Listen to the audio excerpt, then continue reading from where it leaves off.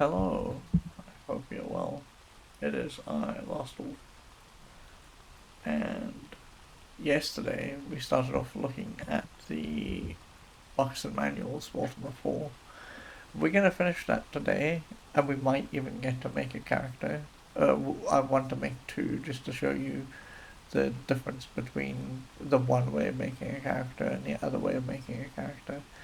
Um, and then I think we will probably start playing. I don't know, so we'll see how we go with the manuals today. I'm gonna do some housekeeping and I'm gonna get going here, so give me a second. Let's get that all done.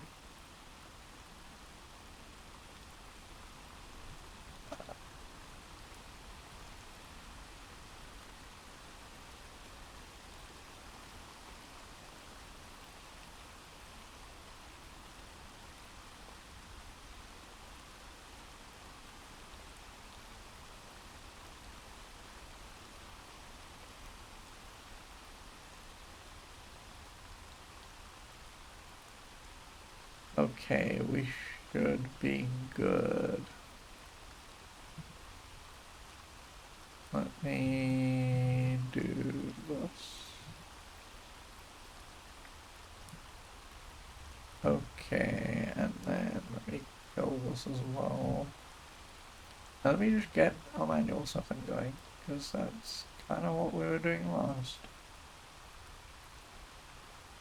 Uh,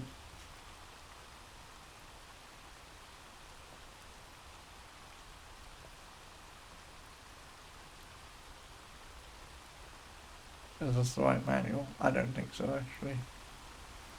No, wrong manual. Right manual. There we go.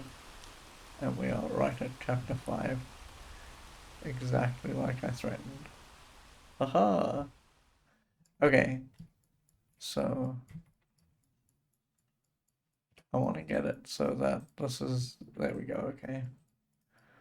Chapter 5 Transportation. Throughout the centuries, most travel has been accomplished by the use of feet. By use of the feet.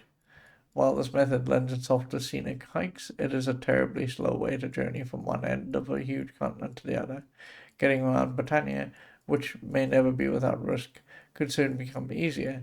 Under the auspices of Lord British, studies of the properties of the moon gates are beginning to yield a clearer understanding of the gate's mystical workings. People forecast that the future citizens will use these gates as a normal means of distant travel, and so when we get here, the moon gates are still a bit of a mystery. So much like with Ultima 3 and Ultima 2, one of the central big puzzles will be to solve how the moon gates move you from place to place. Um, the destinations of the gates appear to be rigidly bound to the phases of the twin moons, Trammel and Fluka. The appearance and disappearance of the gates are definitely so linked. The location of the gates are represented on most maps of the realm as phases of the moons. The gate active is indicated by the phase of the moon travel. Once the gate is entered, the destination is indicated by the phase of the moon Feluca. So, again, much like with Ultima 3, you go in and you have two sets of moons. So, one gate can take you multiple places as long as travels in one phase and Fluke is in another. I'm going to assume that Fluke moves faster than Trammel like it did in Ultima 3.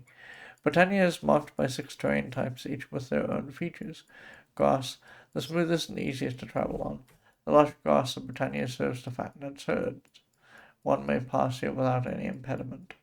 But those those scrub growths and bushes will hinder thy progress, permitting thy party to move but at 3/4 of thy normal speed. Fine tinder for campfires may be found at the base of the larger shrubs. I wonder if that means that we need tinder for campfires. That worries me.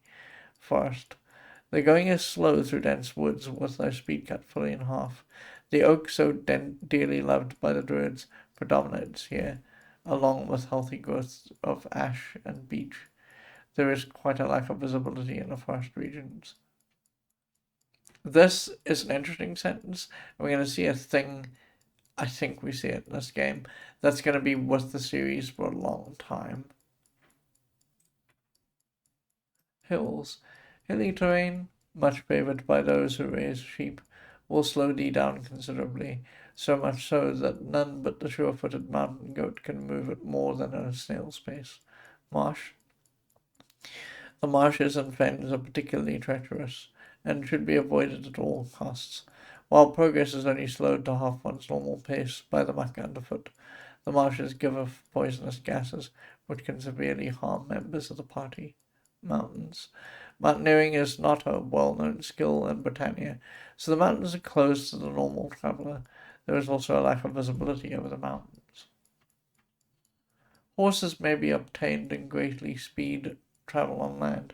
The sages of the Lyceum are reputed to have been working on a lighter-than-air device for Lord British, but it was stolen some months ago, and its whereabouts are not known. It's seeding us like a little side quest here that we can probably solve at some point when we kind of work out where the device went to. Since while traveling thy party members' hit points may be diminished by unexpected confrontations, every so often thou should haul up for the night and camp. If thy rest is not interrupted by wandering creatures, then thy party will be greatly refreshed. But note, it doesn't say that you get fully refreshed. This is a cool picture of a camp. Or a would-be camp. We don't have a fire yet.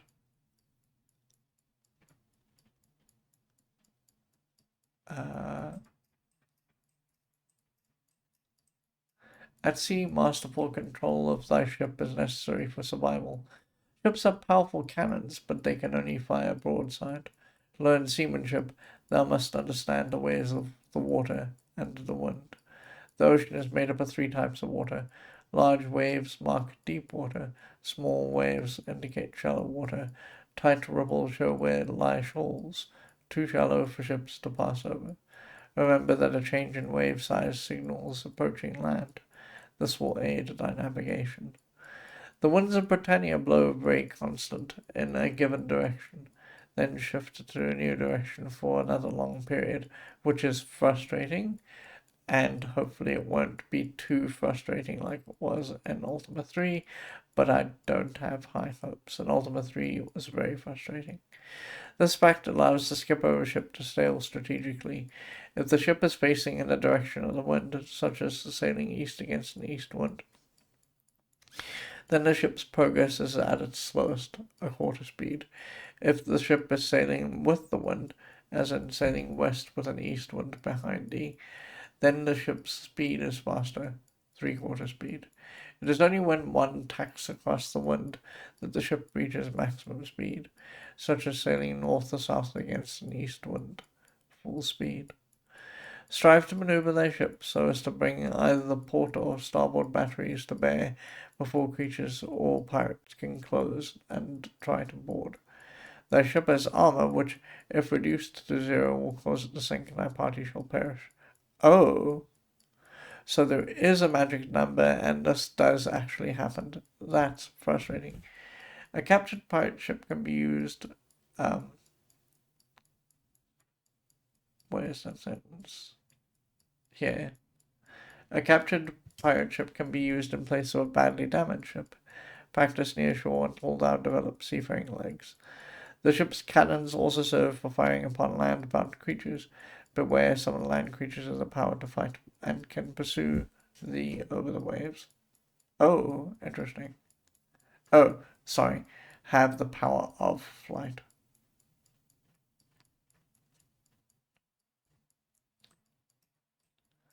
Weapons and armor of the realm. Weaponry. Hands. If thou lose all of thy weapons, this is what thou hast left. Although it is possible to kill some of the lesser monsters with thy bare hands, the odds of success truly are not very high. Staff. A 6-foot piece of carved ironwood that has been magically attuned. The staff sold in the weapon shop of Britain is more formidable than it seems. It is the favorite weapon of Magi. I thought he was going to say Brittany, and I was getting set up to say that word, and so the Britain came out a little bit weirdly. Dagger. 10 inches of beautifully worked steel mark the standard Britain dagger. The traditional basket hilt looks very functional, a favorite weapon of novices. Sling. The common sling is fashioned from 24 inches of cloth, folded in half with a leather cup. The projectiles, small rocks, are easily collected, making this an inexpensive missile weapon, a perennial favorite with travelers down on their luck. We need to outfit everyone with slings as fast as we can, because they're projectile weapons, and so we can, soften up enemies from afar before we engage with them. Mace. Upon the 1.5-inch thick oaken stem of the Britannian mace rests a globe of iron studded with knobs. The impact of this weapon has been known to shatter the skulls of enemies outright, a favorite among the druids. Axe. Every gamer rappels down through the open skylight. Hello, Lost Wolf, they say. Hello, it's good to see you. With a double-sided 2-foot blade, a warrior wielding a battle axe can really wage war. The axe is a favorite among tinkers, as many of them are workers of wood and metal. Sword. A true fighter's weapon. 4 feet of wicked blue steel will strike fear into the heart of any opponent. The sword is an automatic favorite among fighters.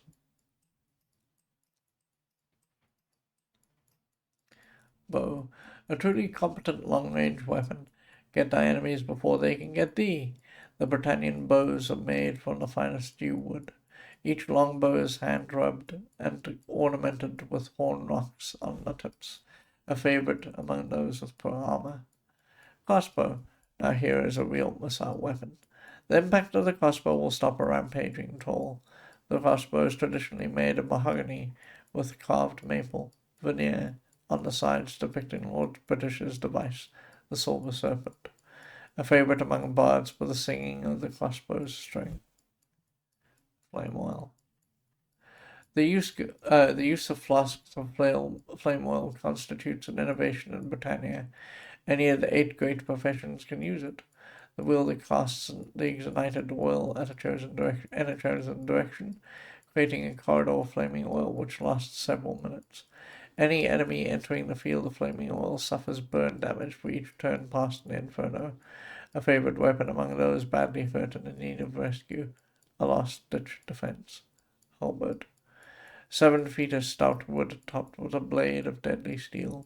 The halberd requires excellent coordination to be used effectively. It is the most deadly of weapons in the hands of an expert who uses it to strike over the heads of his fellows, a favorite among paladins. Several magical weapons said to be found hither and yon, but the locations of these are not known for certain. It is said that perchance a traveller must be worthy of such a weapon before it will become available. I guess that means talk to everyone and find everything. Armor. Skin. What thou art left wearing when thou hast no armor at all. Cloth. Peasant's garb for those who can afford nothing better, or those restricted by the vows of their professions from wearing aught else, a reluctant favorite among magi. See, there you go. Just give the magi all the weaponry and all the armor. Stop making them into glass cannons. Leather. The workhorse of novice travellers. Leather armor is found throughout Britannia. Many of the professions are restricted to leather as their best choice, a favorite among bards, druids, and rangers. Chain. Used by those who can handle the weight of chainmail while fighting. This armor offers excellent protection. Only the finest steel is used, with double thickness on the shoulders. All links are individually riveted for strength, a favorite among fighters and tinkerers. Plate. The aristocrat of the armorer's craft. Plate affords more protection than any other conventional armor. Each suit is tailor-made to thy shape. The cost is naturally sizable, but the effect is inspiring, a favorite among paladins. As is the case with weaponry, rumors abound of magical armor that will withstand the breath of a dragon, but who knows? Perhaps these are but rumors, spread by orcs to lure fighters into illusory searches, resulting in death. And here we have a blacksmith.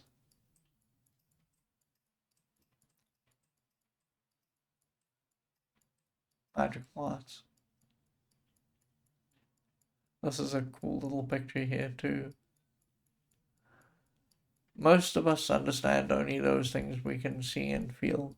Yet there is a segment of the population that can see the unseeable and can feel that which has no substance. The perception and use of these ethereal forces is called magic. To some it is an art, to others a science. It is difficult for this historian to describe the art with which he is totally unfamiliar. He can, however, comment upon what purports to be the science. So this game came with two manuals. We're reading the lore manual, and the other one is the spells manual. They've said to us already at the back of the box that mage and priest spells have been collapsed together, so it's going to be quite a sizable manual. I'm not going to read too much of that manual, mainly because it will be self-explanatory within a sentence or two what everything does, and so reading the flowery prose that goes with, oh, this shoots a fireball doesn't make a lot of sense to me, but we'll explore that particular manual after we're done with this one. The basis of all spellcasting is the proper mixing of the necessary reagents. Reagents are the physical materials which are said to provide the initial energy to begin the spell. So this is borrowing heavily from AD&D. And in AD&D, um, in old AD&D, I don't know if it still works this way, it probably does. It's just not a system that they would have dropped. In old AD&D, what used to happen is that a spell, typically to get off the ground and to get going,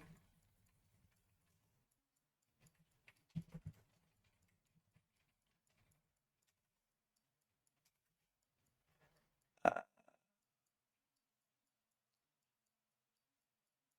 so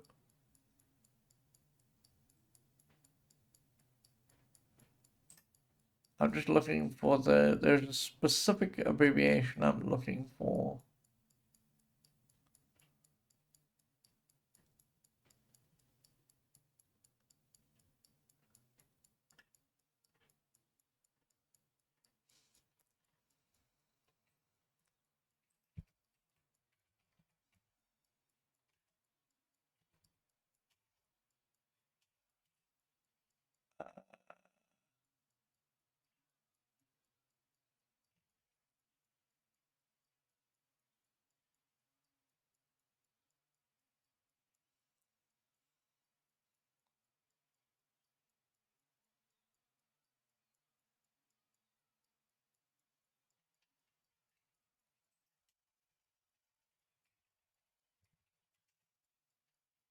Okay, so in old AD&D, I see now that I'm looking. It's also true in the current edition, which is fifth edition.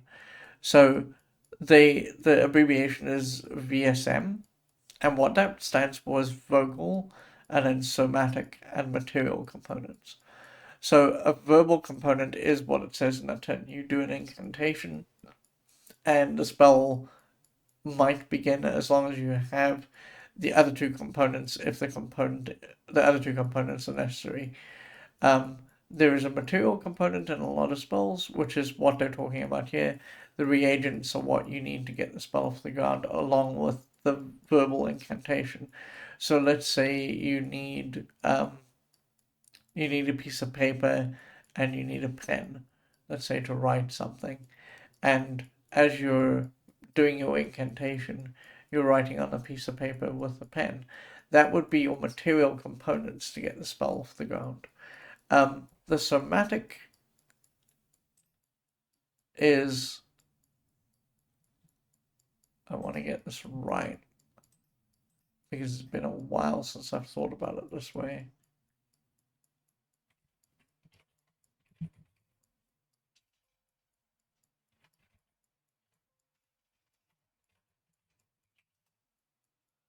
Um, so somatic components are things that you do while the spell is going off. And that could mean like hand motions, it could mean wearing particular clothes, it can be anything that kind of frames the spell in terms of what the caster does to get the caster to evoke the spell, right? So this idea that this particular game has of the basis of all spellcasting is the mixing of necessary reagents is one component of the VSM that AD&D uses, right? Reagents are the physical materials which are said to provide the initial energy to begin the spell. Each spell uses a different reagent formula. These formulas are generously guarded by magic users, but quite often the difference between life and death is knowing a spell that thy opponent knows not. From the Bull of Fare at the herb shops, the observer can glean the names of the reagents. So all of the spells will contain all of these components, right? These reagents. And the reagents combine together in lots of certain amounts to make the spell work. So we know about these because we saw this list earlier. It's just sulfurous ash, ginseng, garlic, spider salt, blood moss, and black pearl. There are a couple other things here that it's not mentioning because they're more difficult to get. These are kind of common, but the other things are less easy to obtain. Furthermore, there are reputed to be two others, more powerful still than those just listed. However, they are not for sale according to the proprietors of the herb shops. They are nightshade and mandrake root. Now, for both of those, we're going to want to go and find nightshade and mandrake root in the wild, and we're going to want to pick them up and then use them as part of our spell casting.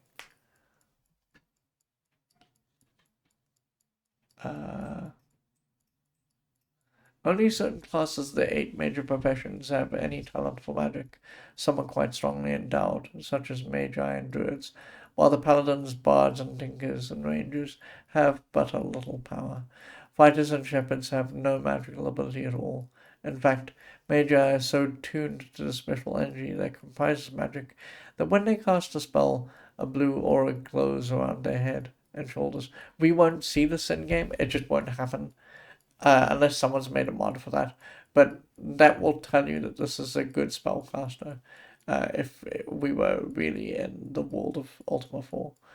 While most spells are reputed to possess either offensive or defensive capabilities, some are utilitarian in nature, such as light, open, and view spells.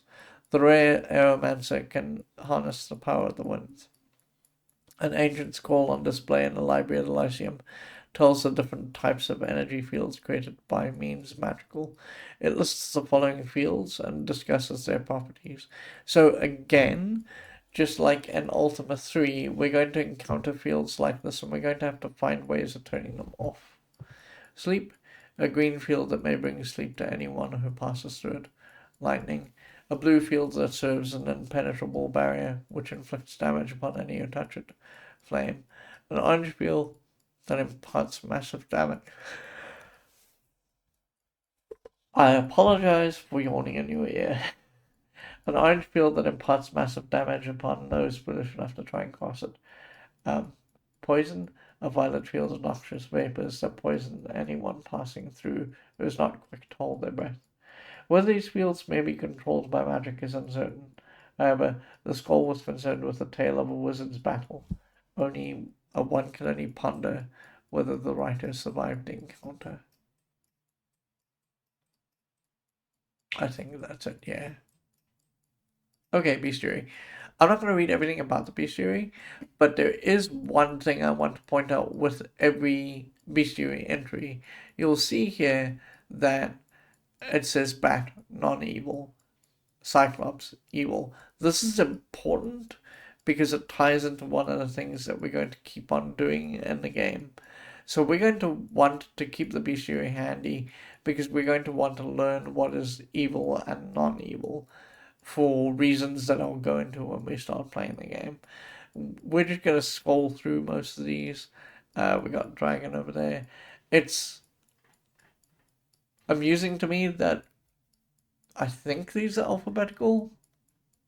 Yes, it looks like they are. Um, so you've got to look for evil, evil, evil, and so on and so forth. I do love these little images though. Gazes are just straight up.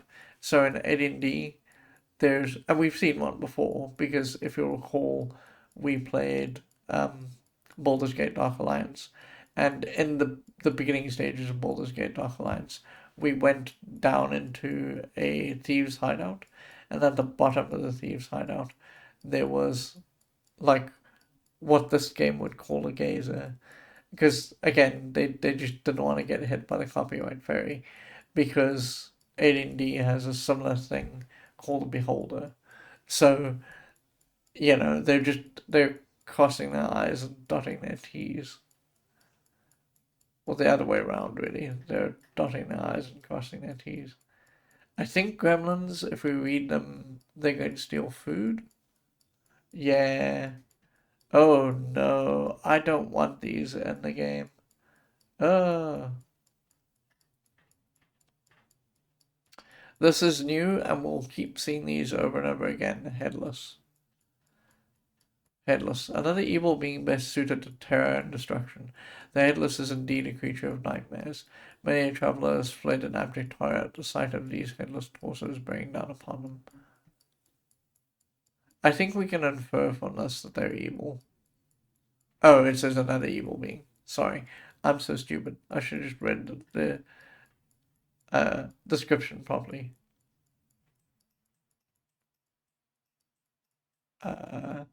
I'm surprised they got away with mimics. Nixie, these aquatic first cousins of the ancient race of elves rise from the depths to strike terror into the hearts of seafarers. The evil Nixies wield sharp tridents, which can be hurled against a ship's crew from afar, causing great damage. They don't, notice here, ever want to even say the word pixie, because they're worried that they're going to get into trouble with TSR.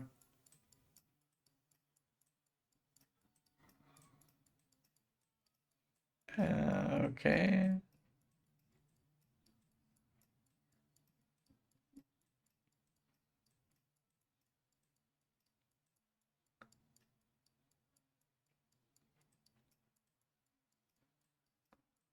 I just want to see if we're going to run into anything else that's particularly noteworthy or interesting. I don't think so. Here's a specifically Ultima thing, I think. Zones are the antithesis of everything. They pass right through walls and obstacles and negate all nearby magic. If an evil zone closes with thee, thou probably will not escape its embrace. Oh, there we go, Zorn.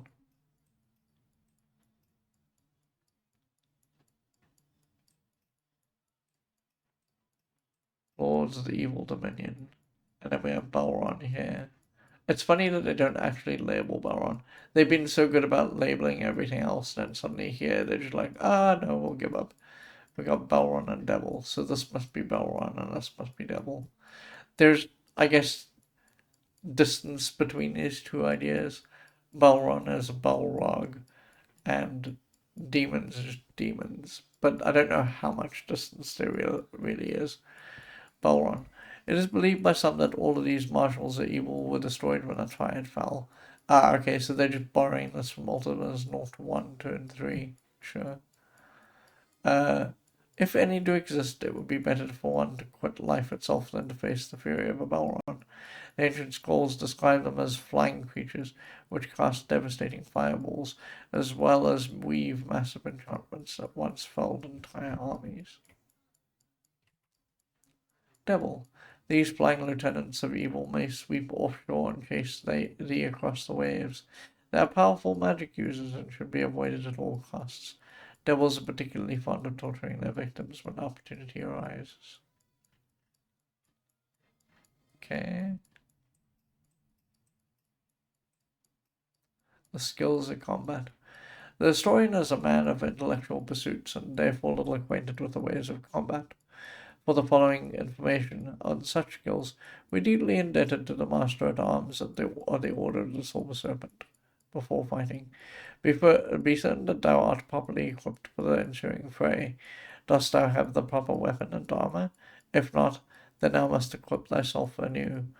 When thou commence to ready a weapon or wear some armour, thou wilt be offered a selection of such items as are available in the party's common pool. If thou dost choose an item inappropriate for thy class, thou wilt be asked to select again. That's good to know, because I'm going to forget there's so many character types, so many class types, that I'm going to kind of forget who can do what, and so that's going to be a problem. Initiating combat. The other thing I don't like about this is that there might be specific weapons for specific monsters, and I've always thought that was bad design, right? Because it's the same sort of terrible design. But I mean, this is a game that's made in 1985. It wouldn't know any better, and it's borrowing from AD&D. If a game requires you to specifically go out of your way to find one specific weapon for one specific monster, that's a failure of design, and you should never be designing towards that. My other issue is where there is no weapon that will kill something. Don't like that much either. So those horror games where you're running away from something and you can't do anything to them, even though you have weapons, those suck. It's just, it's a failure of design to me specifically because it means that they take you out of the fantasy that they're setting up to say, here's this very obscure rule that you need to learn. And maybe you won't even learn it right. You'll be hitting at the thing with all your weapons and not knowing why you're not connecting. And unless you read the manual, you wouldn't know, wait a second, maybe I need to go and procure something else that I don't already have. And I think that that's kind of a failure of design because up until that point, the game has taught you, oh, whack away at this, any other thing with any other weapon. But now suddenly you have to go and find a specific thing for the specific creature. Just not really good. Initiating combat. When thou art next to an enemy, thou may attack in the direction of thy foe. Then wilt thou be able to view thy combat location, and battle shall ensue. So, another cool thing. This is not new because we saw this in Ultima 3. Another cool thing that's going to start happening in this game is that we will be taken to a separate different screen to actually do our combat being attacked. And in fact, this is the way we'll see this in lots of other RPGs that we play of this era. That's just how they would handle combat. You'd have a bird's eye view of you versus the attacker, and then when you closed, it would open up that view to a new view that was sort of more detailed than the one that you were seeing, and that would be the map that you would fight on. Being attacked. If thou dost not attack a creature, then assuredly the creature will attack thee at its earliest opportunity, assuming that the creature is evil or hungry. If creatures that you encounter don't attack you, you can sort of, but not always, make the assumption that the band is non-evil. They're just creatures. How to fight. Each fighter and magic user will have an opportunity for separate action. Thou may only attack in the main cardinal directions. Oh, I hate it. Haven't we solved this problem already? It's the fourth game. They can attack us at odd angles, I'm sure, but we can't attack them. Because that's just how Ultima has worked historically up until now. In the main cardinal directions, north, east, south, and west. When it is a fighter's turn, those with hand weapons may attack an adjacent area by specifying the direction. Those with missile weapons may fire them across the battlefield by denoting the direction of fire. Magic users can cast a spell when it is their turn. Again, only spells for which the reagents have been prepared will function. The spell must be selected and the direction fixed. Most combat spells are functional across the field of battle. Energy fields, however, can only be cast in areas adjacent to the caster. So you kind of want to be a couple of steps up if you're a caster, so you can zip backward when you do a field. Victory. When all of the monsters have been destroyed, thou wilt return to the surrounding countryside. If the monsters were carrying any treasure, this will now be available to thee. Care should be used in opening any treasure chests, as they are frequently trapped. Fleeing. There will come times in our quests when thou wilt be confronted with superior forces. Whenever one of thy team is near death, guide him or her off the combat field to save them. If the tactical situation deteriorates completely, removing all members of the party from the field will disengage thee from the enemy. Very different from Ultima 3. In Ultima 3, you couldn't get away. Like, if a combat was going to go bad, that was just your lot. But they fixed that in Ultima 4. There are those who will call their actions cowardly, but a wise leader will know the value of preserving the life of one's fellows. Terrain considerations. Devote considerable time to the study of the fields in combat. Locate defensible positions for thy party, making sure to maintain an avenue of escape should the battle go badly. Remember our heritage. A few valiant fighters strategically placed at a narrow rocky pass can stand off an army numbered in the thousands. In this game, that's, I guess, true. If you've got range and you funnel everyone, you can do a lot of damage very quickly. Weapon considerations. There are 3 distinct classes of weapons available to the warrior. They are missile weapons, which permit the striking of foes at a distance, polearms, which allow one to smite over an obstacle or companion, and hand-to-hand weapons, which necessitate engaging one's enemies at very close quarters. Ethics of war.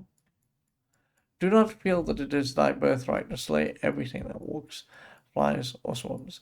The Code of Chivalry states that before engaging in combat with a foe, the warrior should ask, is this foe truly evil? Good question. And this is going to determine stuff about our character if we just willy-nilly kill things. So if it's not evil, we have to let it go. And sometimes that's going to mean passing on XP and passing on gold. Very frustrating, but there you go. If it is not, then thou must not kill it, but stand thy ground and force it to retreat. The code is thy touchstone, for without it thou art but a speck of dust in a whirlwind of chaos.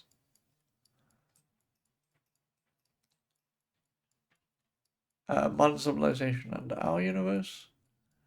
We have just emerged from the darkest period in recorded history.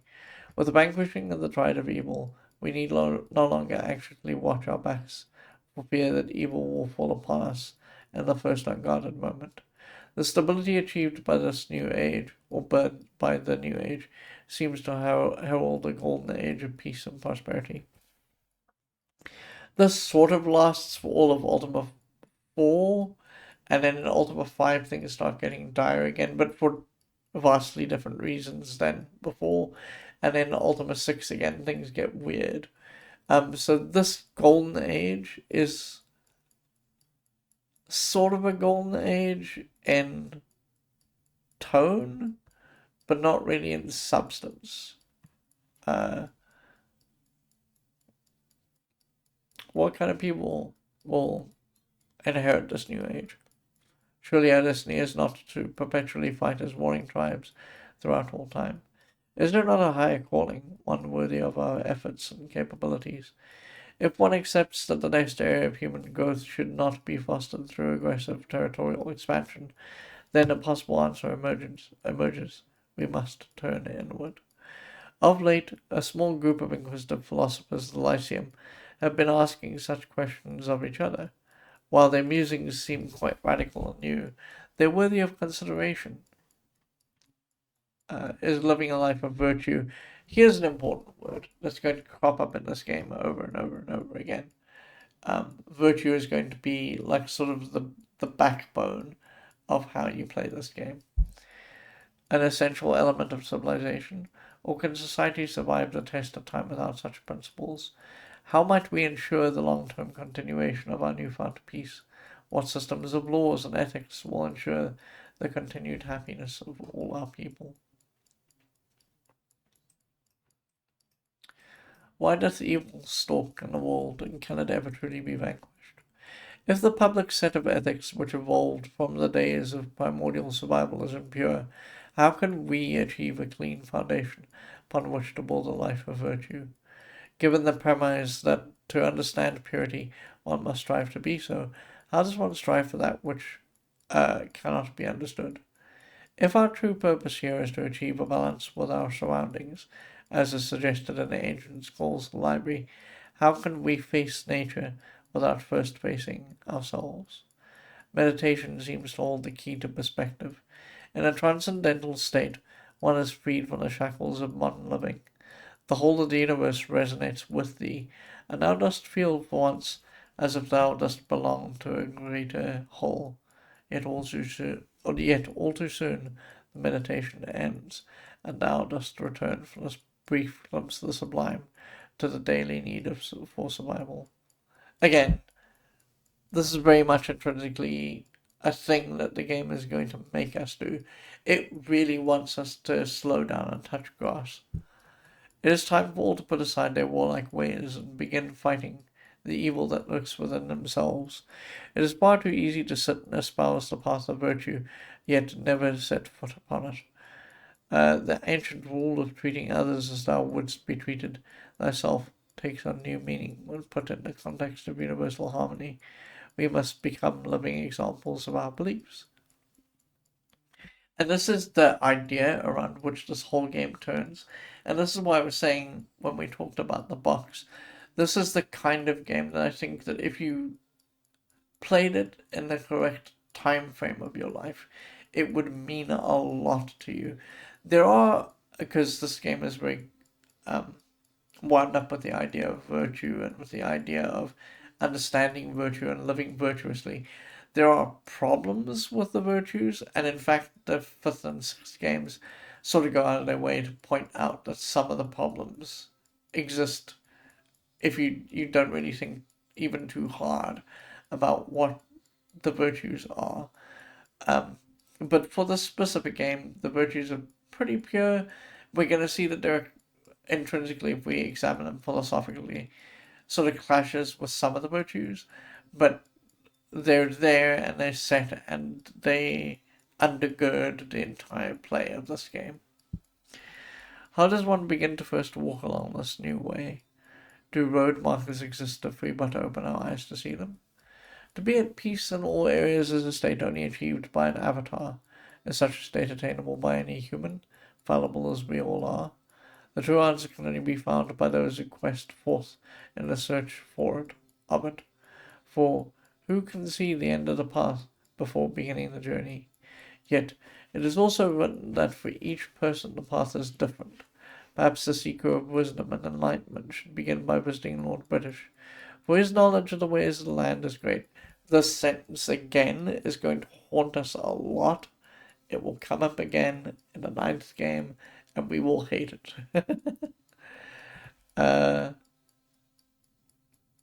Conversing with him may help one to determine where lie the centers of the 8 virtues of the avatar.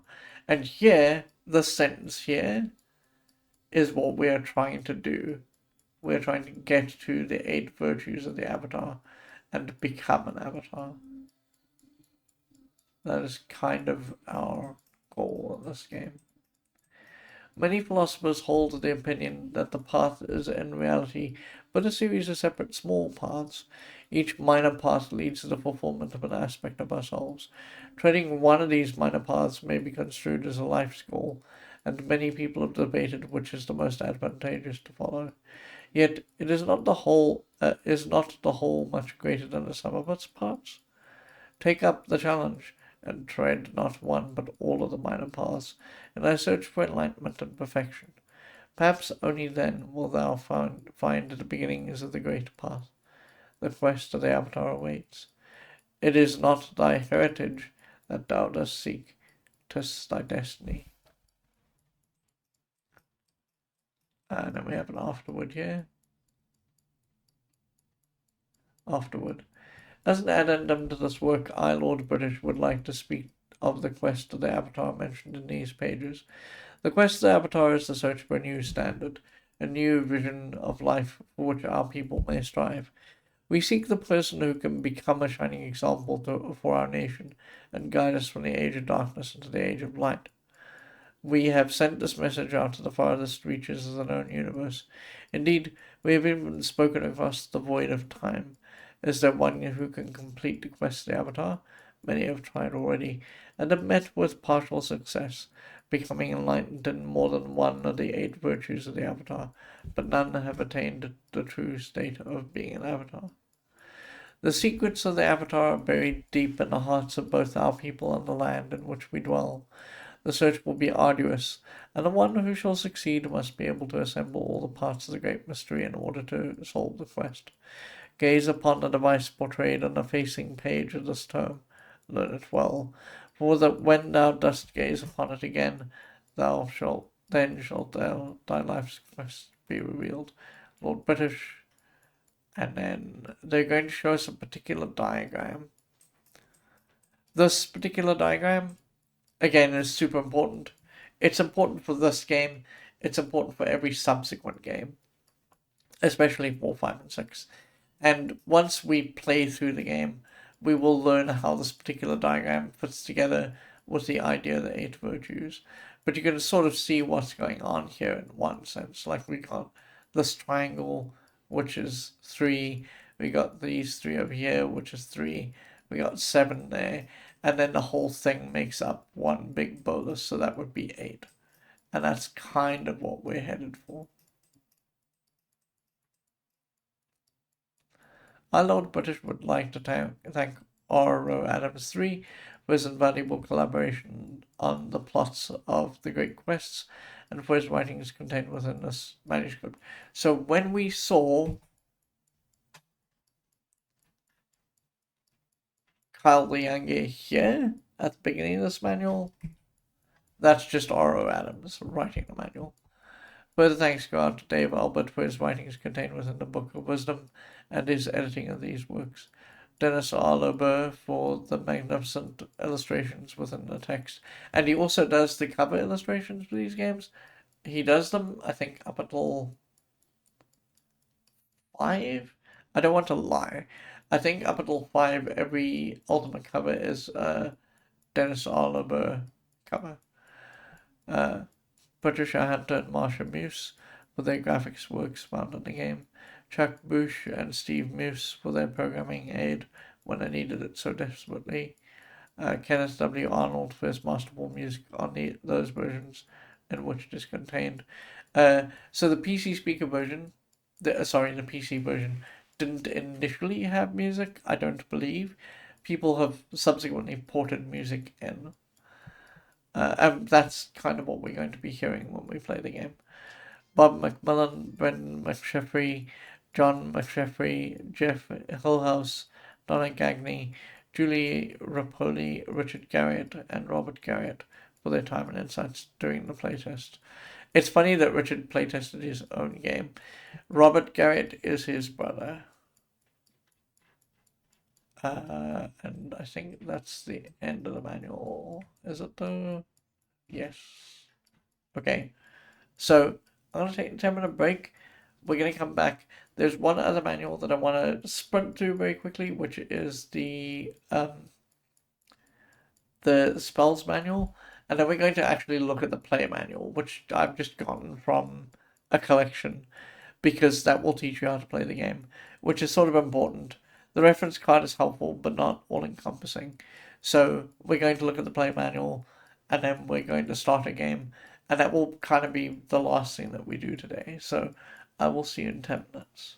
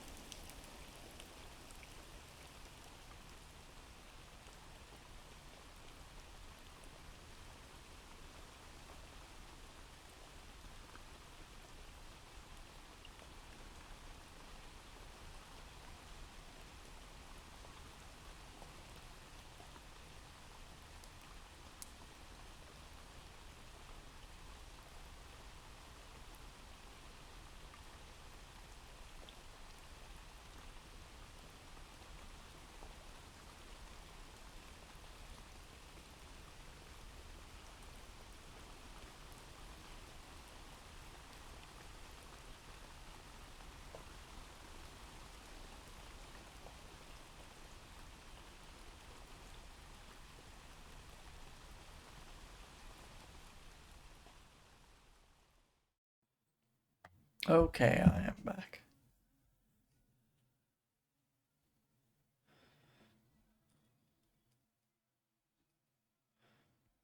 So um, this is in Ultima 3. We got two different spellbooks. The one spellbook was for mages, and the other spellbook was for priests. And this is, as we keep talking about, just a combined book that gives us all the spells everywhere for all the mages. This is the Book of Mystic Wisdom, as told by Fullpup the Weary, magician to the court of his most sovereign Lord British. Know ye, O seeker of the mystic wisdoms, that the ways of magic are diverse and strange. There exists a need for utmost concentration in the harvesting of things magical in order that ye may harness the powers of the universe. Many are the aeons of wisdom contained in these pages, which I write for the benefit of my pupils, yet still there is much to learn.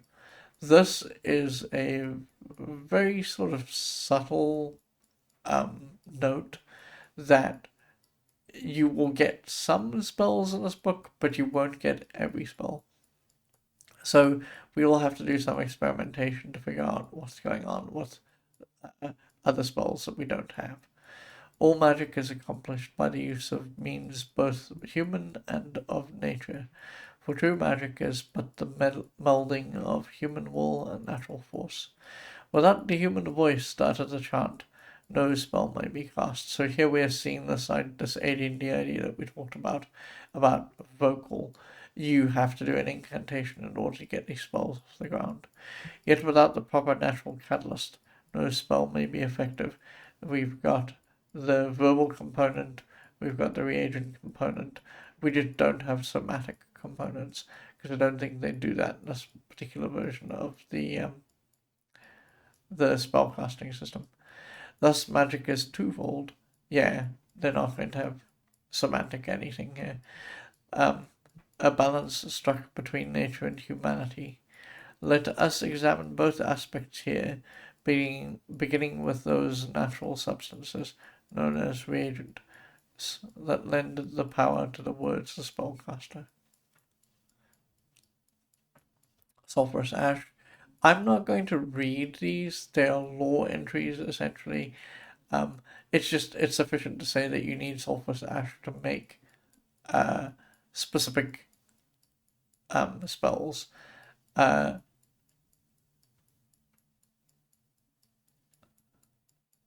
there is an entry note here.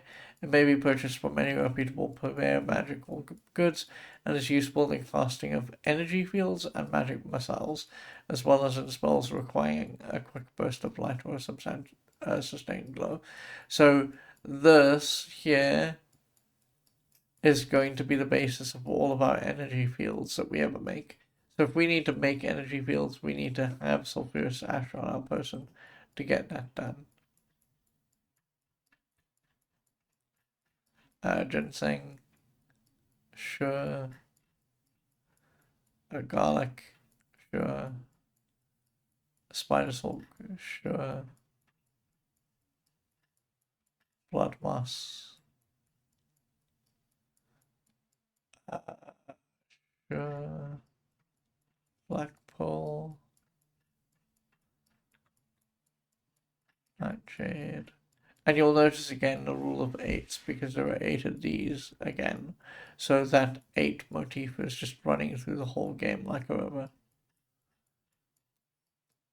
Are they going to tell us? Oh, we should read the entries for Nightshade, and we should read the entries for Magic Root. And the reason why I say we should do that is because in most of the cases, like we keep pointing out, you can buy a lot of the other reagents, no problem. But Nightshade itself and Magic Root, we're going to have to go hunt for. So it would behoove us to read these specific entries because it will give us a clue as to where to start looking for both of these things. Nightshade. Not to be confused with the rank-smelling plant of the same name. The nightshade used in the mystic arts is an extremely rare mushroom that is only found in the deepest, most remote forests. It is said to be quite venomous to the touch of all save those present at its harvest. Thus, it is never sold in shops, and is among the scarcest of magical agents. So they told us already that we're looking for forests, and everyone needs to be present to pick it up. I don't think that if someone dies in our watch and we resurrect them and we have the nightshade, they'll die. But it's a good thing to know about this. To obtain it, one must seek the deepest forest on the blackest nights.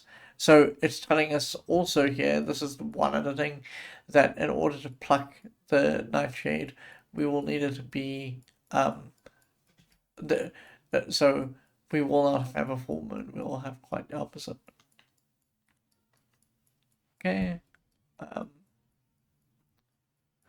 I know not of the precise location where this mystic fungus can be found, but there are rumored to be those in the lands of Britannia that know this secret. Its chief magical properties are connected with the use of poison and the creation of illusions so real that they can lay the mightiest warrior to the ground. So rare is the nightshade, it is primarily used in the creation of only the most potent of magics. We're going to read Mandrake Root as well, because there are clues here that we need for this as well. The root of the poisonous mandrake plant is instantly recognizable by its human shape and its crimson color.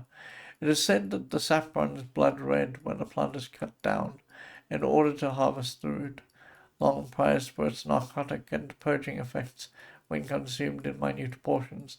The mandrake root is the most powerful known substance in the weaving of magical spells that give new shape to the very world around us.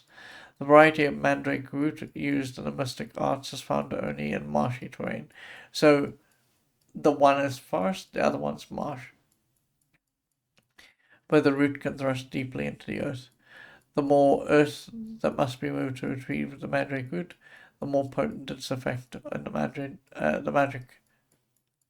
of the finder. Many years ago, when our people were but scattered tribes and nomads, the mandrake was plentiful. As our people have tamed the land, however, and the practice of the mystic arts has become refined, the mandrake has all but vanished from the face of the land we now call Britannia. It is never seen in the it is never seen in the shops of the towns and castles. They forgot the E here because they've been so good about making TOWNES, but they didn't do that here. Oh, sorry. And hardly ever sold privately if found. Many of our professions have devoted lifetimes to the search of mandrake root without ever coming into possession of a single piece of it.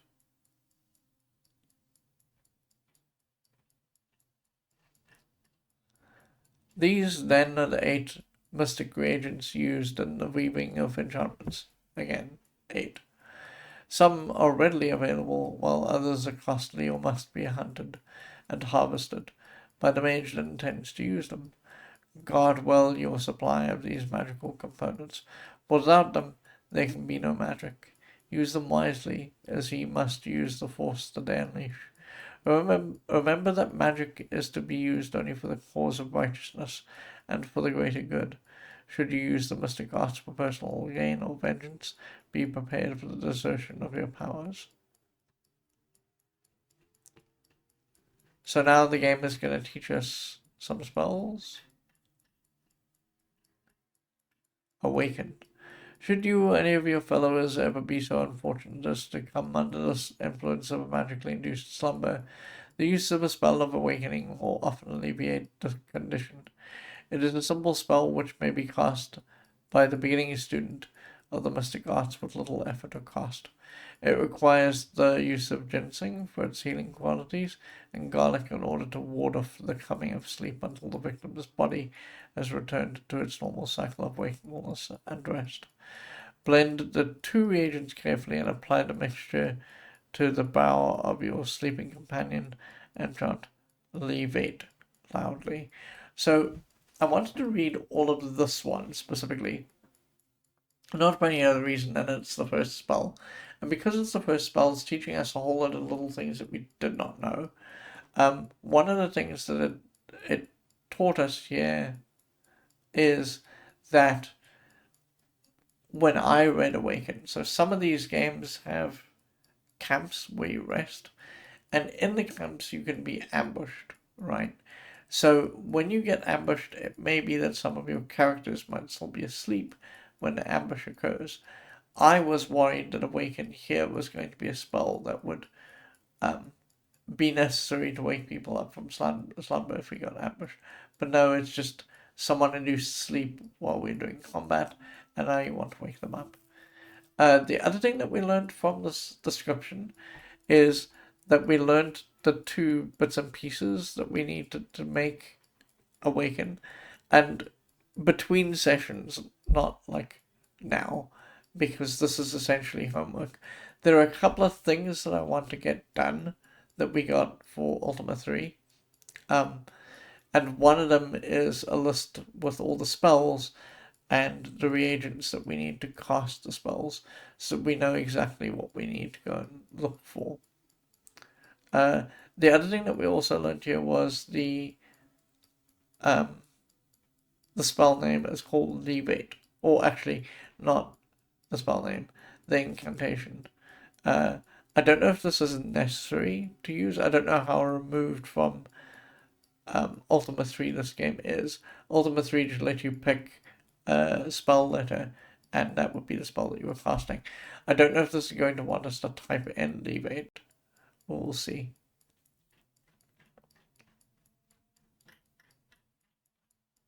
I'm just going to, from this point onwards, we're just going to scroll through and look at what we have. Blink is a normal, everyday kind of mage spell that you'll see in these games.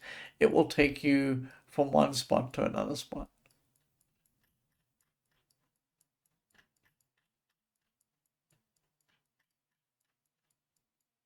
Cure, this is good to know. Is cure going to be different to heal? Because we need to figure that out. We'll see in a second.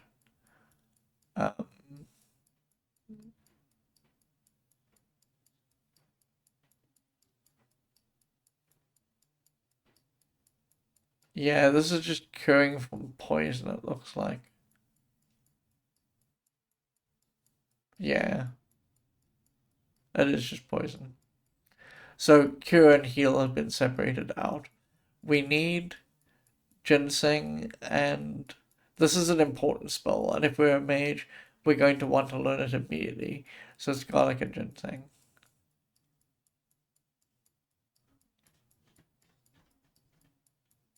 Is there... It doesn't say if there's an incantation.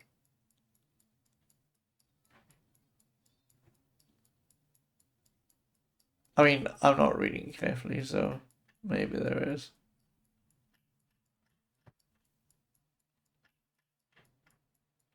Dispel. So this is a catch-all for every energy field that we encounter. So you need specific things to make specific fields. You need sulfurous ash as the base of the field, obviously, and then probably something like another sulfurous ash will give you fire, right? And when we want to dispel a field, say someone puts one down, we will need a spell, and this is the spell that we will need for that.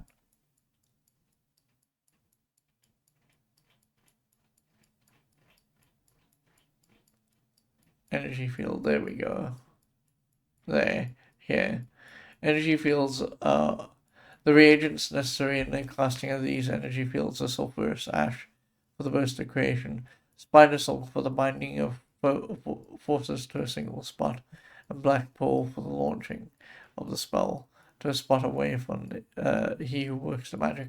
So it's not always clear here, but we're seeing that you need sometimes in some of these more than two things. Very often you just need two, but for here we need sulfurous ash, spider silk, and black pearl. It would be a grave error indeed to cast such a spell without the latter component, where you would find yourself in the midst of the field, right? The black pearl gets the spell away from you and puts it down somewhere else.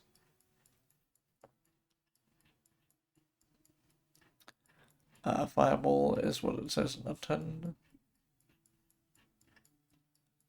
Gate travel. In the repertoire of teleportation and enchantments, gate travel is by far the most powerful.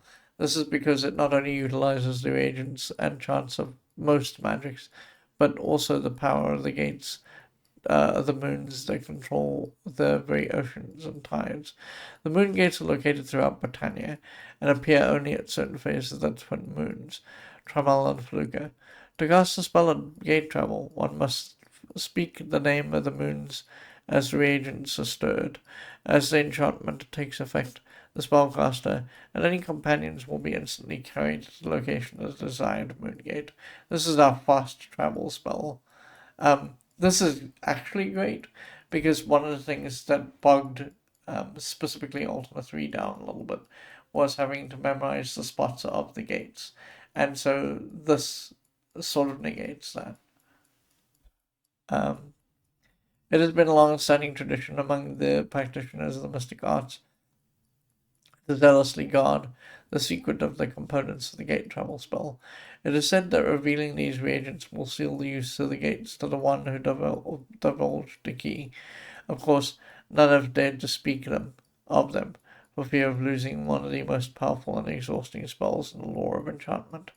This writer is no exception to this belief. So, again, like I said, sometimes they're going to give us the spell, but they won't necessarily give us the means to cast the spell, and we will just have to figure that out.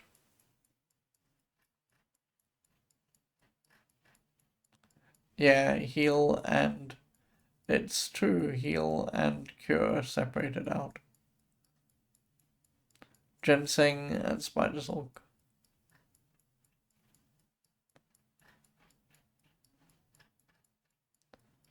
Ice ball, which is the opposite of fireball. Jinx. There are but two enchantments more powerful and difficult than the Jinx spell, and but one of similar potency. When faced with a closely packed horde of enemies, mix together equal quantities of Black Pearl, Deadly Nightshade, and the Crimson Mandrake root to cast at your opponent. Call to their attention the vulnerability of their backs, and weave the magic. They shall turn and smite each other, as if each was alone in a cloud of mortal foes.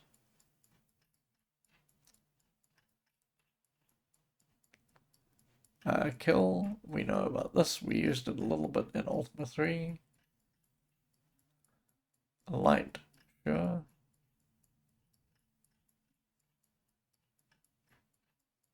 Magic missile, also sure. Negate. When faced with a greater or more telling magic than one's own, the practitioner of the mystic arts may decide it is best for all involved to suspend everyone's use of thaumaturgy for a short time. So that it turns magical for everyone, all the time, sure.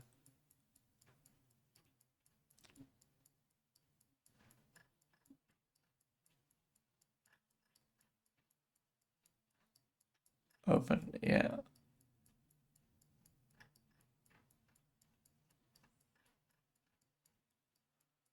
Protection.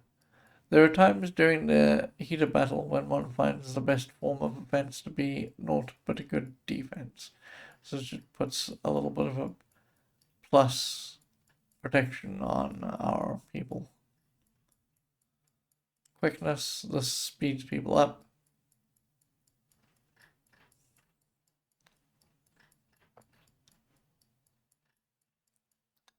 And resurrect. Sure. Are there... So in most of these systems, and we started seeing this in Ultima 3, which is why instantly I never resurrected anyone. If they died, we would just reload. In most of these systems, when you resurrect someone, what ends up almost always happening is that that person gets diminished somehow. Maybe they get older and their stats fall. maybe they lose a stat, something like that. But I want to see if this resurrect does the same kind of thing, because that will tell us whether or not we're going to be using it or not. Many of the monsters and terrors that dwell beneath the surface or in forests and marshes of Britannia, even groups of most, even groups of the most valiant and fierce warriors, are subject to losses too tragic to bear. If a companion is slain by an enemy, all is not lost in the presence of the most accomplished of mages.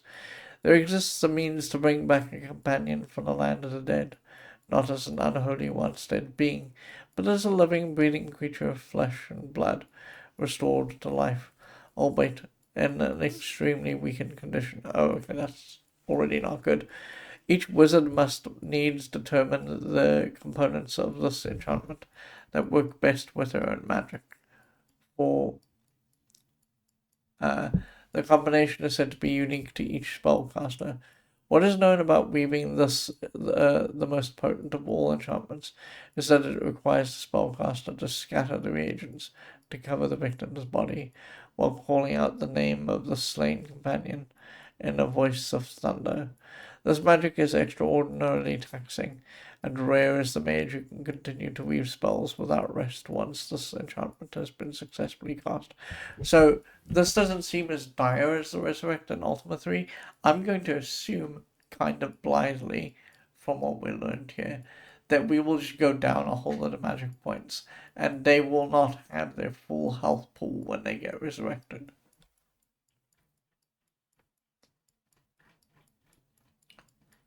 Sleep, sure. Tremor.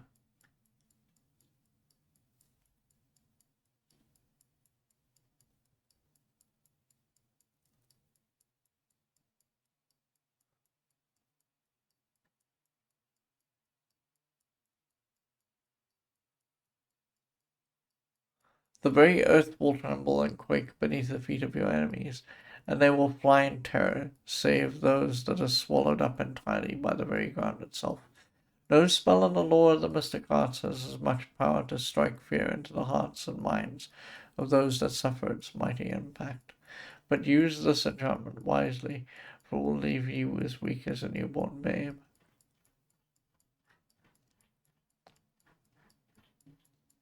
Undead. The setting just turns people into undead.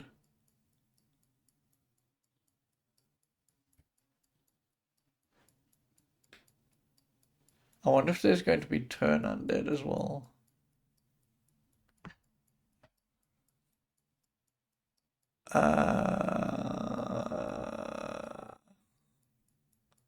Yeah, this just looks like you are bringing to life dead things. Each mage knows a form of turning them aside when encountered, but the components of such magics are personal and depend on the spellcaster. You must use your knowledge of the properties of magical reagents to determine which two will lend force to your enchantment of undead turning. Oh, this is turn undead. When you have found the proper mixture, cast it at your foes while chanting the name of that of what a creature once were when they trod the earth in life. Review. This just gives you an overview of what you're looking at. Wouldn't change.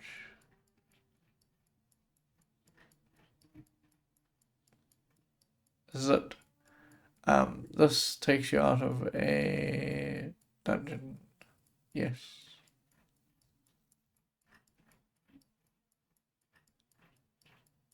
That's pretty grisly. This is someone who zitted but did it wrong. And then we go, yep, which takes you up. And then there'll probably be one that takes you down. Yeah, Z down. Oh, you know what? I didn't realize this. But I'm so dumb for not seeing this earlier. So remember when I said that you needed to poke a keyboard key for Ultima 3 spells? Because they were all bound to different letters. That's true here. So if we look at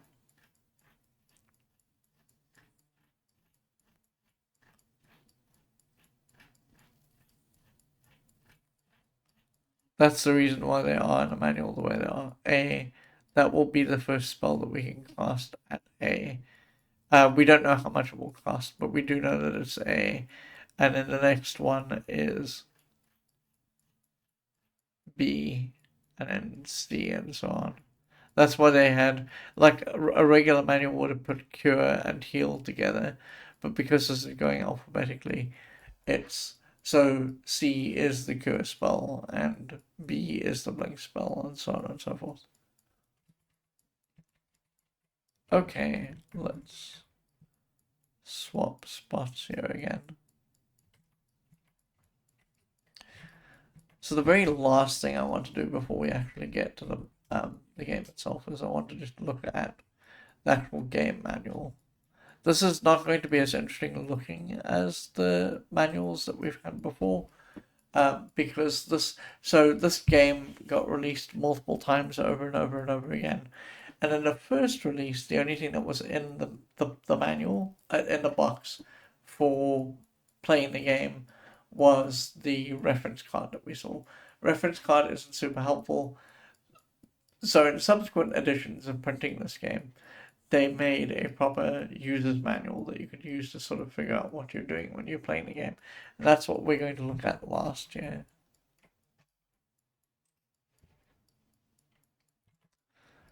Uh, I'm not going to stress too much about this, but I do want to draw your attention to 6. This is creating a character. Answer the questions asked by the gypsy. There are no right or wrong answers. Just let your inner feelings be your guide. We will learn because we're going to create a character very quickly. I'm going to try and sprint through the character creation process. We will learn that there are two major ways that you can um, make a character.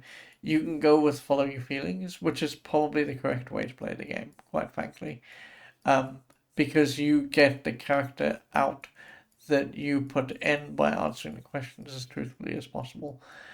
The other way to get a character out of the system is to say, I want to be an X, where X is, say, a mage or a fighter. And then you game the system to get to that particular kind of character. And we're going to do both just so you can see them. Uh, then we got movement. Oh, okay, this is just the reference key thing. Oh, this is just the reference, essentially. Yeah, this is just a reference. And pieces of the manuals that we've already read. Are they going to not specify some of these? Like, for example,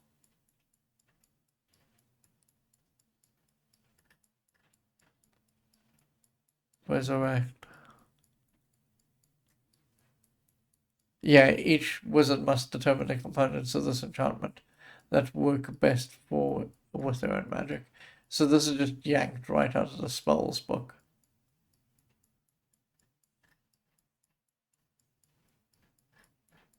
Okay, very good. I honest to God, thought that this would have an installation guide. I mean, no one really would have a hard drive in 1985, uh, especially not with the Apple II version of the game. But I thought that this would have a little bit more about, you know, the actual game itself, installing it and the sound cards and all that stuff. But it didn't. So, woe betide us. Boo. Okay, let's go to here for a second. I think, though I'm not sure.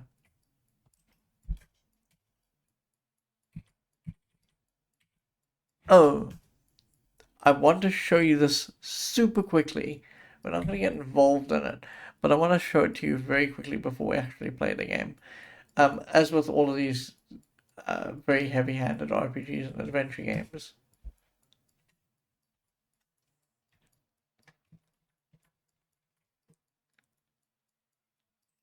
there's obviously also a clue book. This is the clue book, The Way of the Avatar, a guide to Ultima 4. This is super spoilery, The Way of the Avatar. I'm not going to actually go too deeply into this.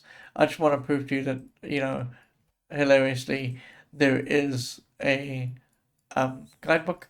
But the thing that's frustrating about this guidebook is that it is just what you think it is. It just, like Ultima 3, it just gives you the lay of the land, more or less.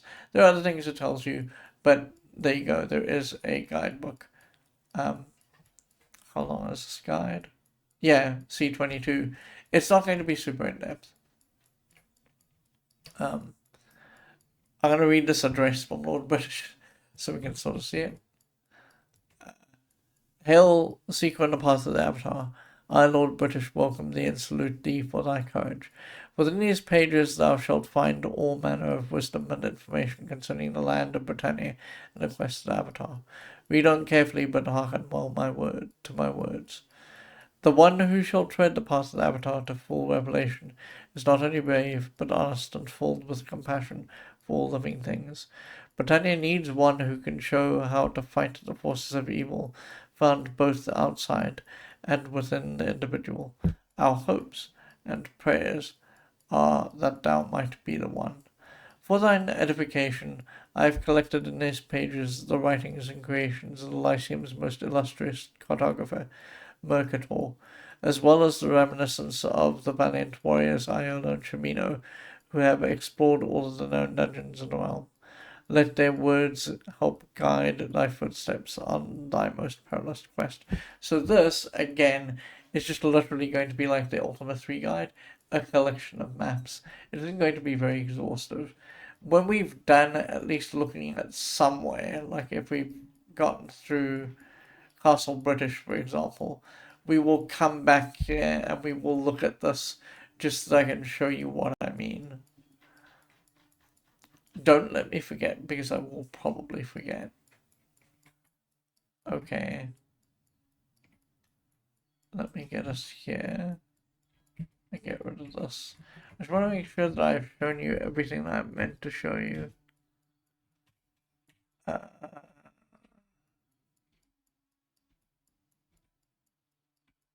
yes. Okay. So now, very quickly, before I talk about Ultima 4, before we play Ultima 4 very quickly, actually, we might have time to actually go through this idea of creating a character. It's very verbose and kind of wordy, and maybe it is a thing that we should do in the next session. But before I carry on talking about Ultima as a game that you can play, I do want to mention that Ultima is freeware. You can pick it up from GOG. It's absolutely free. You can play it through GOG. The thing that I recommend is that there are also patches that make the game a little bit more user friendly and a little bit more modern, in the sense that this game was created primarily with EGA in mind, and so it can look a bit daunting to people who are used to more colors and used to more fidelity in their games. The other thing I want to point to before we actually play the game is that there is an engine that runs Ultima 4 in one system. It's called XU4. Yeah, it's XU4. And it's basically the Exalt engine for Exalt Ultima 4, I guess. And I battled to get my copy of Exalt to work properly, because there's things that you need to do on your end before the game will run. But it might be a way, if you wanted to explore this game yourself, to play it without doing too much heavy lifting. GOG is probably just still the easiest and fastest way to play the game. Okay, so we're going to watch the introduction. We will probably watch the introduction again tomorrow, because we will make our character properly tomorrow. But I want us to watch the introduction together very quickly. I'm going to be silent No, I can't be silent because of text I have to read to you. But I want to try and show you sort of, so the sound I have in this game is not the sound you would have experienced if you played the game, because Ultima 4 had its own PC speaker soundtrack. Other folks have subsequently made nicer sounding soundtracks, and that's what we're going to be hearing when we play this game. So here we go. This is Ultima 4.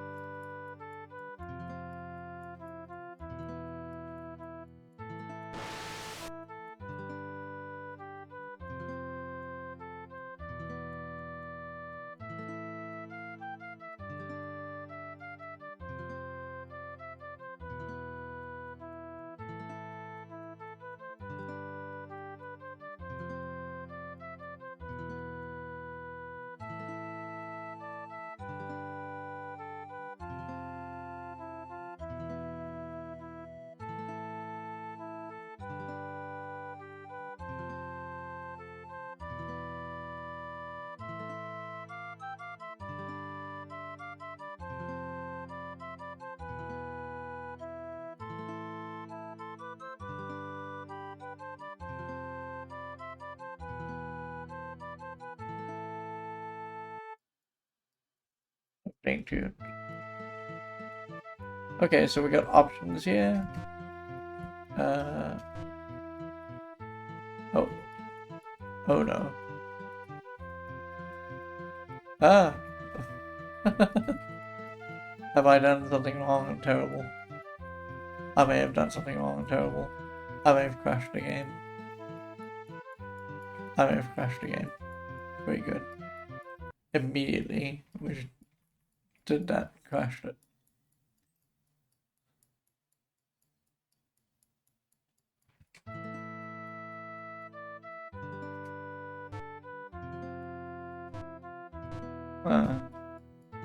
I thought... I really did think that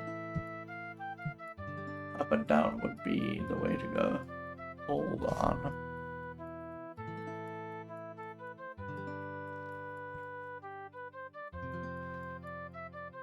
Hang on. Let me get out of here.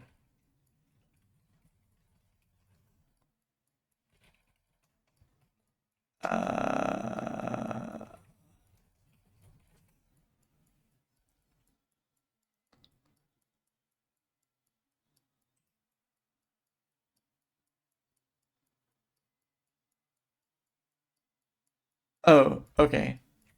I'm stupid. This game is old and doesn't understand what I'm doing. And this wasn't explained. This is why there needed to be a play manual. So see here where it says O for options, R return to the view, J journey onward and initiate a new game. We want O because that will actually take us to the options. Will it? Oh, I guess not. Initiate a new game. We will be Lost Wolf. I really wanted options. I think that I need to undo the patch I did, and that is the problem here. We are male. The day is warm, yet there is a cooling breeze. The latest in a series of personal crises seems insurmountable. You are being pulled apart in all directions.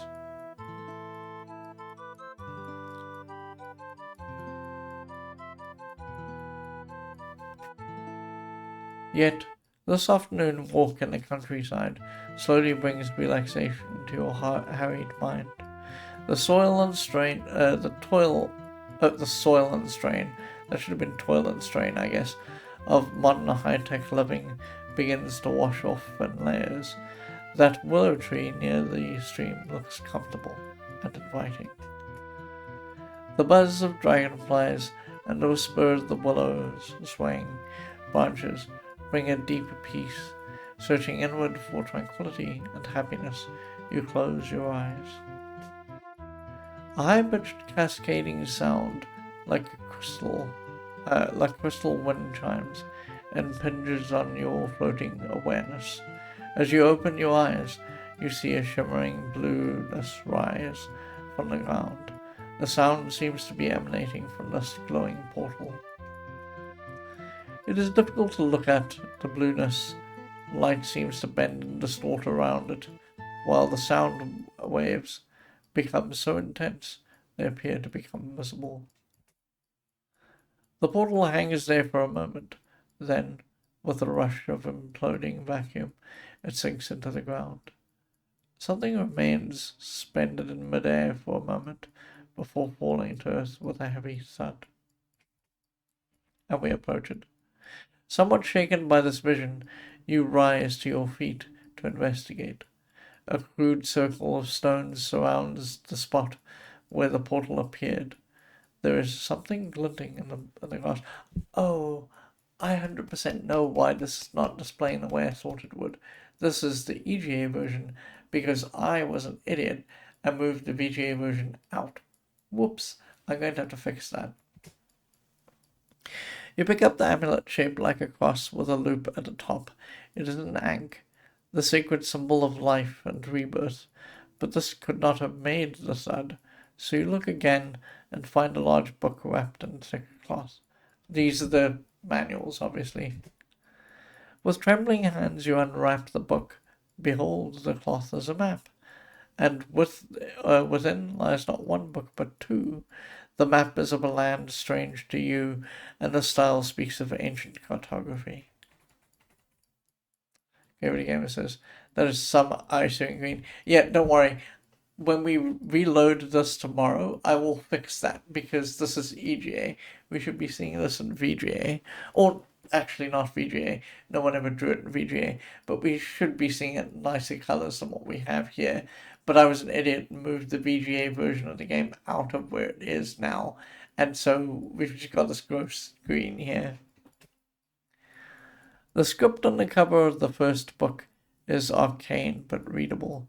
The title is The History of Britannia, as told by Kyle the Younger. Though the book is disturbing to look at, its small cover appears to be fashioned out of some sort of leathery hide, but from what creature is uncertain. The reddish-black skin radiates an intense aura suggestive of ancient power. The tongue of the title is beyond your ken. You dare not open the book and disturb whatever sleeps within. You decide to peruse the history. Settling back under the willow tree, you open the book. You read the book of history. No, really, read the book of history. It's helpful, but you can learn everything that's in the book of history by playing the game. Closing the book, you again pick up the ankh. As you hold it, you begin to hear a hauntingly familiar lute-like sound wafting over a nearby hill. Still clutching the strange artifacts, you rise and bend and climb the slope. In the valley below you see what appears to be a fair. It seems strange that you came to that way earlier and noticed nothing. As you will mull this over, your feet carry down towards the site. This is no ordinary travelling carnival, but a Renaissance fair. Okay, so we need to talk about Renaissance fairs. Roger Garriott was very into them. He was into a thing called the Society for Creative Anachronism, I think it was. And he was in the Ren Fair circuit in the area that he was in, which is Houston. And so he got to know these people very well. And so sort of every time that he could dump a Ren Fair into his games, he would do it. The pennants of the tent tops blow briskly in the late afternoon breeze. The ticket taker at the Ren Fair's gate starts to ask you for money, but upon spotting your ankh says, "Welcome, friend. Enter in peace and find your path." And this ankh here is the suggestion that you are a person looking to walk the way of the Avatar. And that's why he's allowing you in.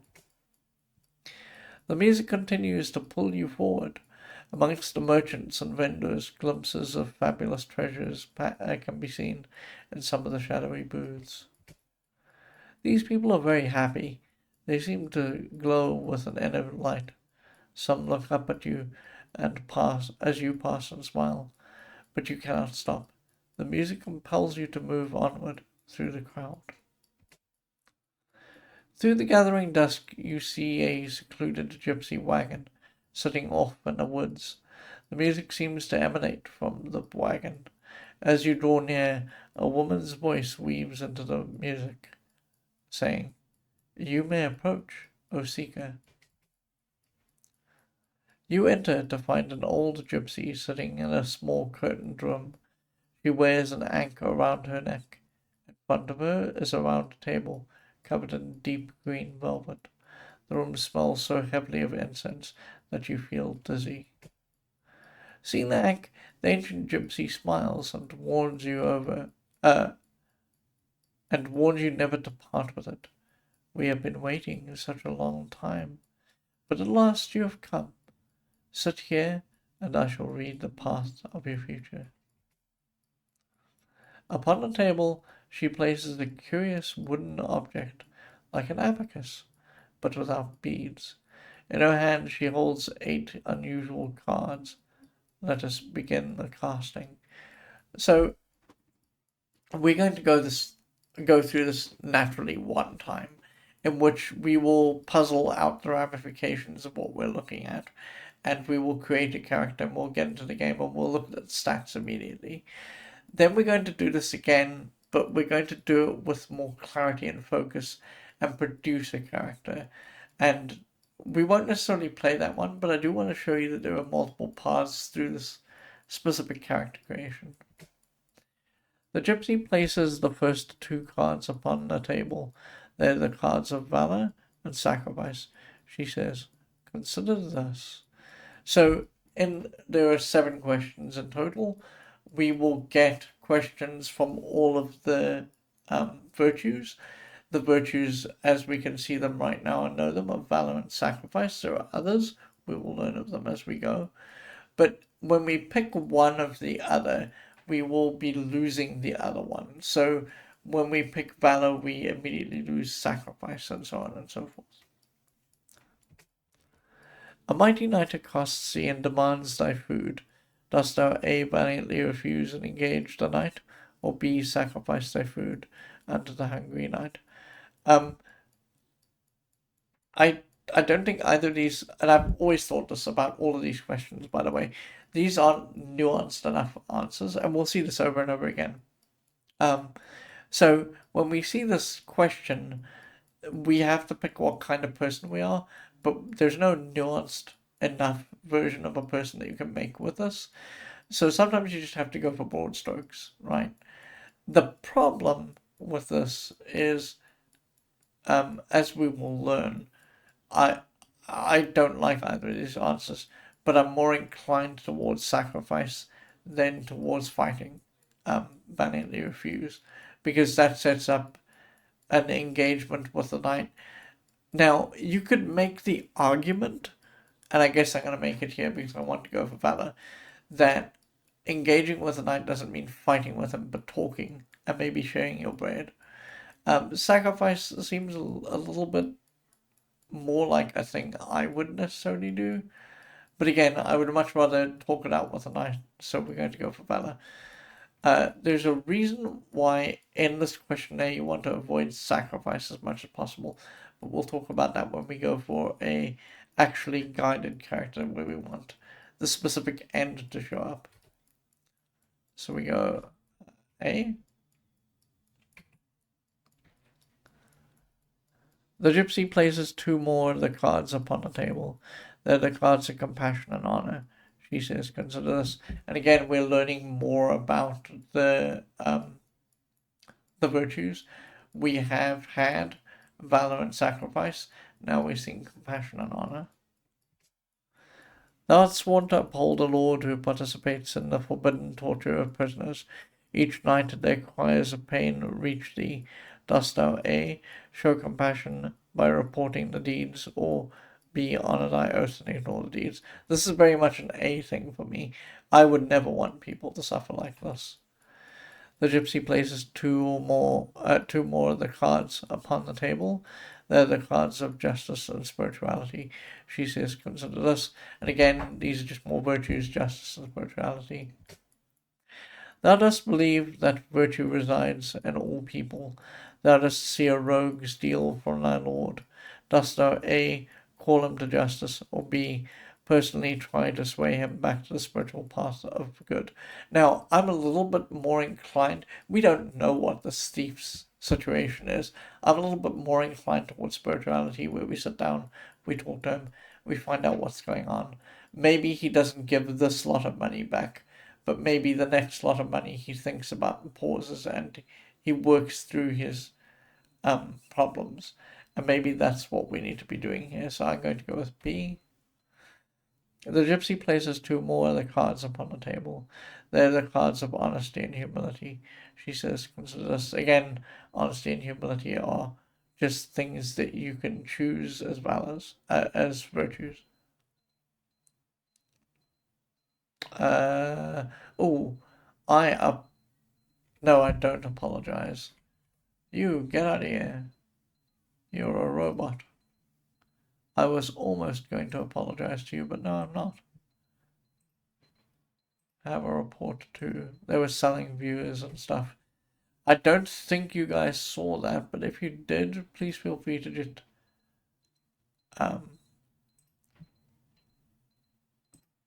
report them as well.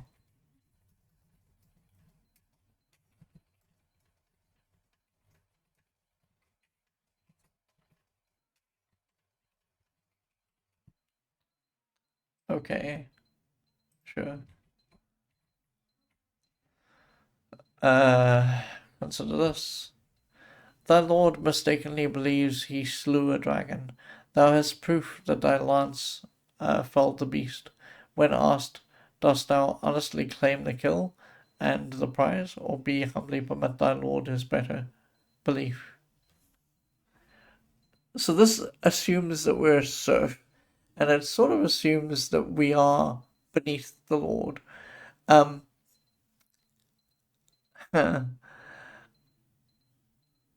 We could get into trouble for being honest, but like again, here I think that honesty is the best path. Humility is good, but not in this specific situation. There's spots where you do want to be humble. This is not one of them. A. So remember what I said, that it throws away things that you didn't pick. We picked honesty and spirituality somewhere during the initial run of this course, so it's now giving us more focused questions to get us either into honesty or spirituality. The gypsy places two more of the cards upon the table. They're the cards of honesty and spirituality. She says, consider this. Thy friend seeks admittance to the spiritual order. Thou art asked to vouch for his purity of spirit, of which thou art unsure. Dost thou A. honestly express thy doubt, or B. vouch for him, hoping for his spiritual improvement? I think A is the best way to go here, because you can be honest about this, have your friend come to the mentors in this monastery, and then you can all sit and maybe work out a plan for him to become more spiritual. The other way tricks the mentors into taking him in where it might not be worth doing because he may never fix his problems. So A. And again, we've picked compassion and valor somewhere along the line, so we get choices that are to do with compassion and valor. The gypsy places two more of the cards upon the table. They're the cards of compassion and valor. She says, consider this. Thou dost manage to disarm thy mortal enemy in a duel. He is at thy mercy. Dost thou A. show compassion by permitting him to yield, or B. slay him as expected of a valiant duelist? I don't think there's any valor in just killing someone, even if they are your mortal enemy.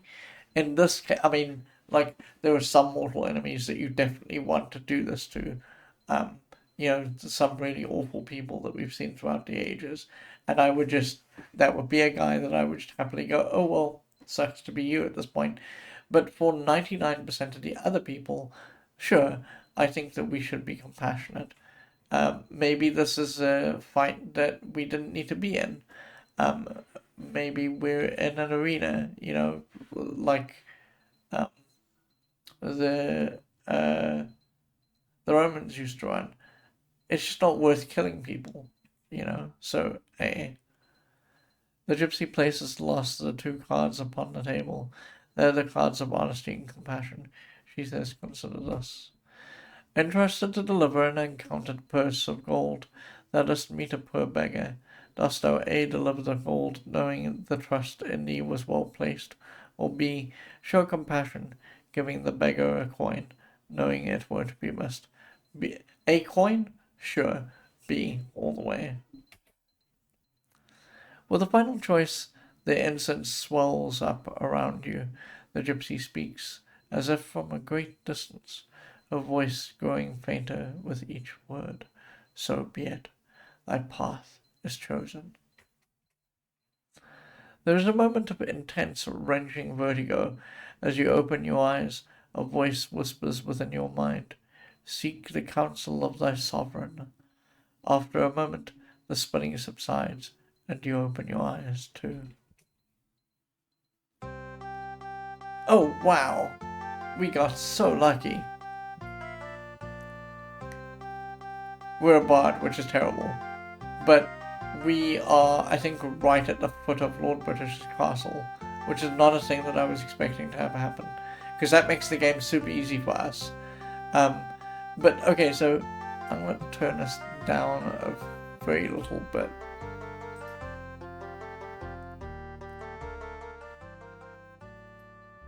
And we'll turn it back up to... I don't know if we'll turn it up, sure. The consequence of going through the questionnaire sets a bunch of things about our character. They set things like our strength, our dex, our int, our not our HP, sorry, that's just everyone gets, I think, 300. Our hit maximum and our experience. So we are level 1 bard, and this is just the stuff that we have on us. We have a weapon, which is a sling, and we have a cloth. And if we bail out of these stats and we go into here... Oh, Britannia just blew up. It probably blew up because, as I said, it was expecting to see VGA tiles and then didn't find them. But that's such a good start, it's unbelievable, because Castle Britannia is right there. So, sure, I'll fix that tomorrow. But that's a good segue out of this game. Tomorrow what we'll do is we'll do the other version of making a character, and I'll show you how you can game the system so you can get exactly the character that you want. Right, that's it for us for today. Thank you so much for joining me. I appreciate it so much. I will fix this issue with the VJ tiles not being available for the game to play. But yeah, more of this tomorrow. Please have a wonderful evening. Please stay safe, and I shall see you all soon. Good night for now. Before I go, there are much worse starts that you can get, where they can plop you on an island and now you're just trapped. And that start with a bard is maybe one of the easiest starts that you can have, because one of the first things it tells you is to go and seek out Lord British, and we're right next to the castle, so there you go. Alright, I'll see you all tomorrow. Bye-bye for now, folks.